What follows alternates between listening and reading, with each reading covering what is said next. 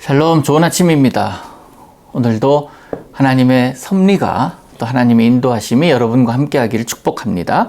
에스더 9장 11절에서 22절까지 말씀만 보겠습니다. 11절에서 22절입니다. 그날에 도성 수산에서 도륙한 자의 수효를 왕께 아뢰니 왕이 왕후 에스더에게 이르되 유다인이 도성 수산에서 이미 500명을 죽이고 멸하고 또 하만의 10아들을 죽였으니 왕의 다른 지방에서는 어떠하였겠느냐? 이제 그대의 소청이 무엇이냐? 곧 허락하겠노라. 그대의 요구가 무엇이냐? 또한 시행하겠노라 하니 에스더가 이르되 왕이 만일 좋게 여기시면 수산에 사는 유다인들이 내일도 오늘 조서대로 행하게 하시고 하만의 10아들의 시체를 나무에 매달게 하소서 하니 왕이 그대로 행하기를 허락하고 조서를 수산에 내리니 하만의 10아들의 시체가 매달리니라.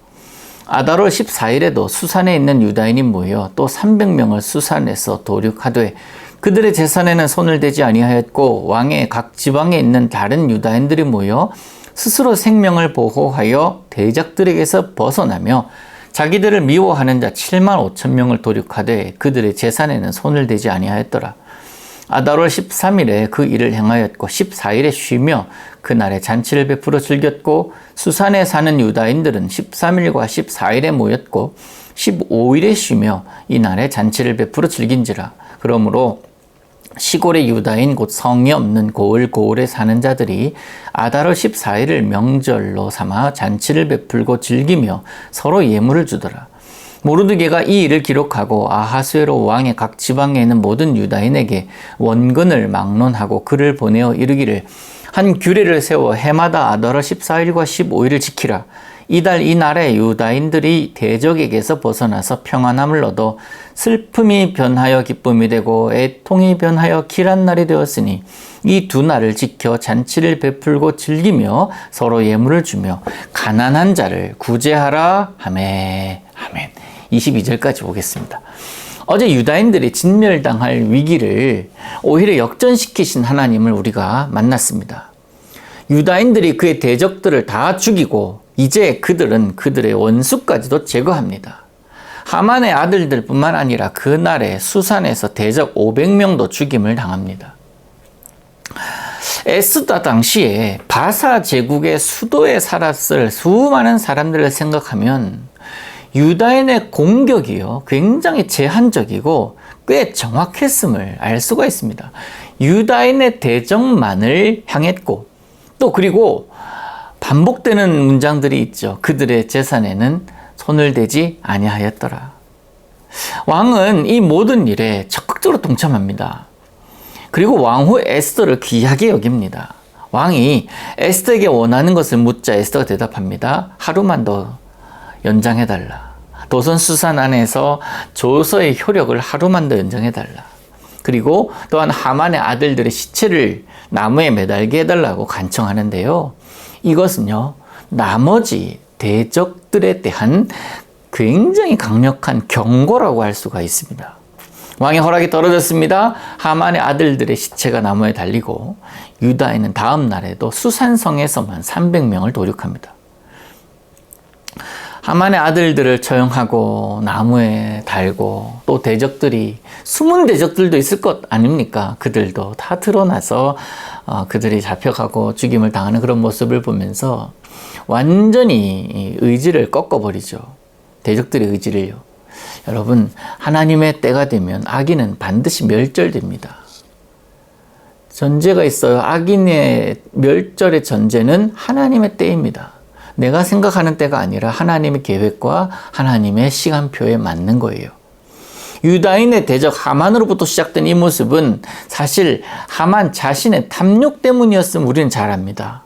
왕의 신하로서 왕이 나라를 잘 통치하도록 보조 역할을 하는 것이 신하의 임무지만 오히려 그는 왕 위에 군림하고 싶어 합니다. 왕이 받는 대접을 받고 싶어 합니다. 또 그렇게 대접을 요구합니다. 그러나 그렇게 대접하지 않는 자들을 용납하지 않았기에 이 참사가 일어난 것 아니겠습니까? 하만의 요구를 들은 모르드게는 그 입장에서 모르드게 입장에서 볼 때 이 하만의 요구는 너무 과했습니다. 선을 넘었습니다. 하나님 외에 그 어떤 자들에게도 상사니까 상관 이상의 경배하지 않는 것이 유다인 이 모르드게의 자신의 신앙이었는데 그것을 건드린 거예요. 그래서 그렇게 하지 않음으로 당한 어려움이었지만 또 민족의 위기였지만 하나님은 모르드게의 손을 들어주신 것입니다. 원수의 손에서 벗어난 유다인은 하나님이 이루신 구원을 진심으로 기뻐합니다. 그리고 그날에 잔치를 베풀어 즐겼고 이웃과 음식과 선물을 나누고 예물을 서로 교환하면서 즐거워합니다. 모르드게는 이 모든 일들을 기록하고 모든 유다인에게 반포합니다. 해마다 이 날을 기억하라. 하나님의 구원을 기억하고 축제를 열라라고 전하죠. 대적의 손에서 극적으로 구원받은 날. 그래서 오늘 말씀대로 슬픔이 변하여 기쁨이 되고 애통이 변하여 즐거움이 되다. 그것을 기록하라, 기억하라는 거예요. 이 축제에는 유다 모든 사람들이 참여합니다.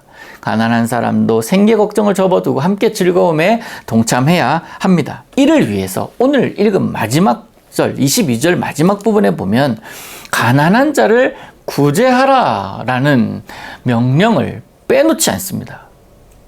이는 구원의 기쁨이 나에게서 끝나지 않기를 원하는 마음의 표현인과 동시에 내 주변에 있는 지체들에 대한 관심, 사랑의 나눔 아니겠습니까? 지난 주간에 연말에 우리 교회가 행한 이웃과 함께하는 기쁜 성탄 그 이벤트가 그것 하면서요 하나님께 큰 영광을 돌리게 되었습니다. 우리는 하나님의 은혜를 경험할 수가 있었어요. 제가 생각하고 제가 기대했던 것, 우리가 예상했던 것 이상으로 주님께서 채워주셨어요. 또 그것을 가지고 우리가 생각한 범주보다 훨씬 넓은 지역으로 나아가서 그들에게 도움이 되었습니다.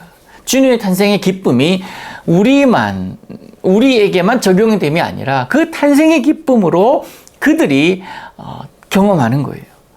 그들이 기뻐하는 겁니다. 그들이 즐거워하는 거예요. 탄생의 기쁨, 성탄의 기쁨을 함께 경험한 거예요. 더 많은 곳에 나눌 수 있어서 너무나 감사했고 이 소식을 많이 증거하고 싶어서 자랑하고 싶어서 한국에 있는 제 목사님들이나 아는 교수님들에게도 이런 일들이 있었다고 얘기하니까 참 어려운 때에 정말 귀한 교회다라는 이야기들을 참 많이 하셨습니다. 모르드게의 마음이 그런 것 같아요. 온 유다인이 즐거워해야 하는데 누구도 예외를 두지 말자라는 거예요.